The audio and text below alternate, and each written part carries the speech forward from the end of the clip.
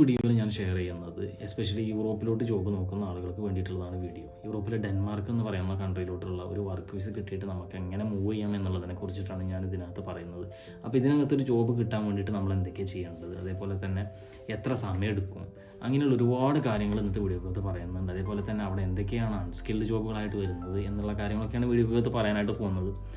ഇപ്പോൾ ഈ ഇടയായിട്ട് നമുക്ക് ഒരുപാട് എൻക്വയറീസ് വരുന്നത് ലക്സംബർഗ്, ഡെൻമാർക്ക്, നെതർലാൻഡ് ഇങ്ങനെയൊക്കെയുള്ള കൺട്രീസിലോട്ടാണ്. ഇങ്ങനെയൊക്കെ ഒരു ജോബ് കണ്ടെത്താം എന്നുള്ളതിനെ കുറിച്ചിട്ടാണ് കുറേ ആളുകൾ ഈ ഇടയായിട്ട് നമ്മളടുത്ത് ഡൗട്ട്സും കാര്യങ്ങളും ചോദിക്കുന്നത്. അപ്പോൾ ഡെൻമാർക്കിലോട്ട് ഒരു ജോബ് കിട്ടി പോകണം എന്നുള്ളതിൻ്റെ ഒരു ഇനീഷ്യൽ സ്റ്റെപ്സ് എന്ന് പറഞ്ഞു കഴിഞ്ഞാൽ നമുക്ക് ആദ്യം തന്നെ ഒരു എംപ്ലോയർ അടുത്ത് നിന്ന് ഒരു ഓഫർ ലെറ്റർ കിട്ടുക എന്നുള്ളതാണ്. ഒരു ഓഫർ ലെറ്റർ കിട്ടണം എന്നുണ്ടെങ്കിൽ നിങ്ങൾ ജോലി കണ്ടുപിടിക്കണം എന്നുള്ളതാണ് ഫസ്റ്റ് സ്റ്റേജ്. അപ്പോൾ ജോലി കണ്ടുപിടിക്കാനായിട്ട് നിങ്ങൾക്ക് ഒരുപാട് ഐഡിയാസ് നിങ്ങൾക്ക് യൂസ് ചെയ്യാം, അതേപോലെ തന്നെ ഒരുപാട് മെത്തേഡ് യൂസ് ചെയ്യാം. അതിൽപ്പെട്ട ഒന്നാമത്തെ ഏറ്റവും വലിയ നമ്മൾ അഡോപ്റ്റ് ചെയ്യാൻ പോകുന്ന ഒരു ഫസ്റ്റ് മെത്തേഡാണ് ഓൺലൈൻ പോർട്ടലുകൾ വഴി ജോലിക്ക് അപ്ലൈ ചെയ്യുക എന്നുള്ളതാണ്. ഒരുപാട് പോർട്ടൽസുകൾ നമുക്ക് അവൈലബിൾ ആണ്. അത് ത്രൂ അപ്ലൈ ചെയ്തിട്ട് നിങ്ങൾക്ക് എന്തെങ്കിലും ജോലി കണ്ടുപിടിക്കാം. ഇനി രണ്ടാമത്തത് നിങ്ങൾക്ക് ഗൂഗിളിലോ അല്ലെങ്കിൽ ഇതിലൊക്കെ സെർച്ച് ചെയ്ത് കഴിഞ്ഞാൽ അവിടുത്തെ പ്രോമിനൻ്റ് ആയിട്ടുള്ള കമ്പനീസ് കണ്ടെത്തും. ഈ കമ്പനീൻ്റെ വെബ്സൈറ്റ് കണ്ടെത്തിയിട്ട് ആ കമ്പനിയിലോട്ട് നിങ്ങൾക്ക് എന്ത് ചെയ്യാം, നിങ്ങളുടെ അപ്ഡേറ്റഡ് റെസ്യൂമേ കാര്യങ്ങൾ അയച്ചു കൊടുക്കുക. അതേപോലെ തന്നെ റിക്രൂട്ട്മെൻറ്റ് ഏജൻസീസ്, അവിടുത്തെ പ്രോമിനൻ്റ് ആയിട്ടുള്ള റിക്രൂട്ട്മെൻറ്റ് ഏജൻസീസ് ഐഡൻറ്റിഫൈ ചെയ്തിട്ട് അവർക്ക് നിങ്ങളുടെ റെസ്യൂമേ കാര്യങ്ങൾ എന്ത് ചെയ്യുക, നിങ്ങൾ അയച്ചു കൊടുക്കുക. ഇനി അടുത്ത ഒരു ഏറ്റവും സൂട്ടബിൾ ആയിട്ടുള്ള മെത്തേഡ് തന്നെ നെറ്റ്വർക്കിംഗ്.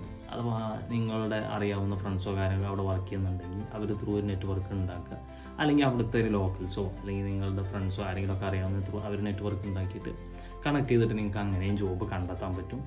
പിന്നെ ടെമ്പററി വർക്ക് ഏജൻസീസ് അഥവാ ടെമ്പററി എംപ്ലോയ്മെൻറ്റ് ഏജൻസീസ് ഉണ്ട്. അതുപോലുള്ള ഏജൻസീസിന് നിങ്ങൾക്ക് അറിയുന്നുണ്ടെങ്കിൽ അത് ത്രൂ നിങ്ങൾക്ക് എന്ത് ചെയ്യാൻ പറ്റും, അവിടെ ജോലി കണ്ടെത്താൻ പറ്റും.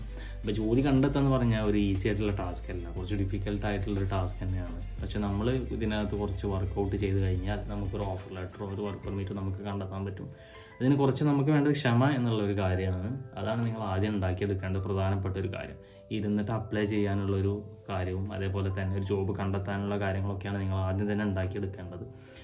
പിന്നെ നമുക്ക് എന്തൊക്കെ ജോബാണ് അവിടെ കിട്ടുക എന്നുള്ളൊരു ഡൗട്ട്സും കുറേ ആളുകൾക്ക് ഉണ്ടാവും. ഇപ്പോൾ ഡെൻമാർക്കിൽ നമുക്കൊരു ജോബ് ഏതൊക്കെ കാറ്റഗറിയിലാണ് വരുന്നത് നോക്കിക്കഴിഞ്ഞാൽ അഗ്രികൾച്ചറൽ ഫീൽഡാണ് അഥവാ ഫാം ബേസ്ഡ് ജോബുകളാണ് ഡെൻമാർക്കിൽ കൂടുതലായിട്ട് കാണപ്പെടുന്നത്. അതേപോലെ തന്നെ ഹോസ്പിറ്റാലിറ്റി നമ്മൾ എടുക്കുമ്പോൾ ഷെഫ്, അതേപോലെ തന്നെ വെയിറ്റർ, ക്ലീനർ ഇങ്ങനെയുള്ള വേക്കൻസികളൊക്കെയാണ് രണ്ടാമത് നമുക്ക് കൂടുതലായിട്ട് കാണുന്നത്.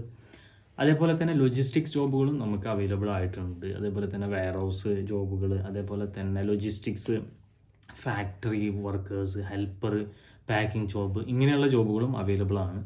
അതേപോലെ തന്നെ ക്ലീനിങ് ജോബ്സ്, ക്ലീനിങ് ആയിട്ടുള്ള എല്ലാ കമ്പനീസും അതേപോലെ തന്നെ ഹോസ്പിറ്റൽസൊക്കെ എന്ത് ചെയ്യും, ക്ലീനിങ് വർക്കേഴ്സിനെ എസ്പെഷ്യലി ഹയർ ചെയ്യും.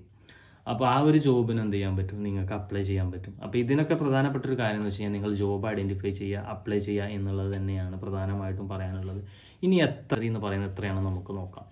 അത് ആവറേജ് സാലറി എന്ന് പറയുമ്പോൾ ഡാനിഷ് ക്രോണയിൽ പറയുമ്പോൾ 17,000 ഡാനിഷ് ക്രോണ മുതൽ 23,000 ഇതിനിടയിലാണ് ആവറേജ് സാലറി ആയിട്ട് വരുന്നത്. ഇനിയിപ്പോൾ ഇതൊരു യൂറോയിലോട്ട് നമ്മൾ കൺവേർട്ട് ചെയ്യുമ്പോൾ 3,000 യൂറോ മുതൽ 3,500 യൂറോ വരെ ആയിരിക്കും സാലറി. അഥവാ നമ്മുടെ നാട്ടിൽ 3-4 ലക്ഷം രൂപയുടെ അടുത്തായിരിക്കും സാലറി എസ്പെഷ്യലി അൺസ്കിൽഡ് ജോബിന് വരുന്നത്. അത് അവിടുത്തെ ലേബേഴ്സും കാര്യങ്ങളൊക്കെ കുറച്ച് സ്ട്രിക്റ്റ് ആയതുകൊണ്ട് തന്നെ സാലറീസിൻ്റെ കാര്യത്തിലൊക്കെ അവർ എന്താ പറയുക അത്രയും എന്താ ചെയ്യുക സഫീഷ്യൻ്റ് ആയിട്ടുള്ള സാലറീസും കാര്യങ്ങളൊക്കെ തന്നെ പ്രൊവൈഡ് ചെയ്യുക. അപ്പോൾ നിങ്ങൾ ആദ്യമായിട്ട് ചെയ്യേണ്ട ആളുകൾ, ഇപ്പോൾ വീഡിയോ കാണുന്ന ആളുകൾ ശ്രദ്ധിക്കേണ്ട ഒരു കാര്യം എന്ന് പറഞ്ഞു കഴിഞ്ഞാൽ നിങ്ങൾ തന്നെ എന്ത് ചെയ്യുക, ജോലിക്കൊന്ന് ട്രൈ ചെയ്യുക എന്നുള്ളതാണ്. പോർട്ടൽസുകൾ ഒരുപാട് അവൈലബിൾ ആണ്, അത് വെച്ചിട്ട് നിങ്ങൾക്ക് ജോലിക്ക് അപ്ലൈ ചെയ്യാവുന്നതാണ്. ഇനി അപ്ലൈ ചെയ്യാൻ പറ്റാത്ത ആളുകൾ, നിങ്ങൾക്ക് ജോബ് കണ്ടെത്താൻ കഴിയുന്നില്ലാത്ത ആളുകളാണ്, തീർച്ചയായിട്ടും കോൺടാക്ട് ചെയ്യാം. അപ്പോൾ അതിനുള്ളൊരു അസിസ്റ്റൻസ് നമ്മുടെ സൈഡിൽ നിന്ന് പ്രൊവൈഡ് ചെയ്യുന്നതായിരിക്കും. അപ്പോൾ എങ്ങനെ അപ്ലൈ ചെയ്യണം, അതേപോലെ തന്നെ CV കവർ ലെറ്റർ എങ്ങനെ പ്രിപ്പയർ ചെയ്യണം എന്നറിയാത്ത ആളുകളുണ്ടാവും. നിങ്ങൾ കോൺടാക്ട് ചെയ്ത് കഴിഞ്ഞാൽ നിങ്ങൾക്ക് അതിന് ചെയ്യേണ്ട കാര്യങ്ങൾ, അതിൻ്റെ ഫോളോ അപ്പ് കാര്യങ്ങളെല്ലാം ഒരു അസിസ്റ്റൻസ് നമ്മുടെ സൈഡിൽ നിന്ന് പ്രൊവൈഡ് ചെയ്യുന്നതായിരിക്കും.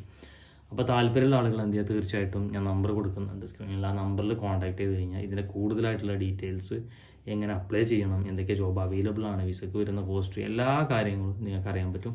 അപ്പോൾ എന്ത് ചെയ്യുക, തീർച്ചയായിട്ടും ഇൻട്രസ്റ്റ് ആയിട്ടുള്ള കോൺടാക്ട് ചെയ്യാം. അപ്പോൾ ഇത്രയും കാര്യങ്ങളൊക്കെ ഇന്നത്തെ വീഡിയോ നമ്മൾ വൈൻഡ് അപ്പ് ചെയ്യാൻ പോവുകയാണ്. അപ്പോൾ നമുക്ക് എന്ത് ചെയ്യാം, വീണ്ടും പുതിയൊരു വീഡിയോ ആയിട്ട് കാണുന്നത് വരെ good bye, thank you for watching.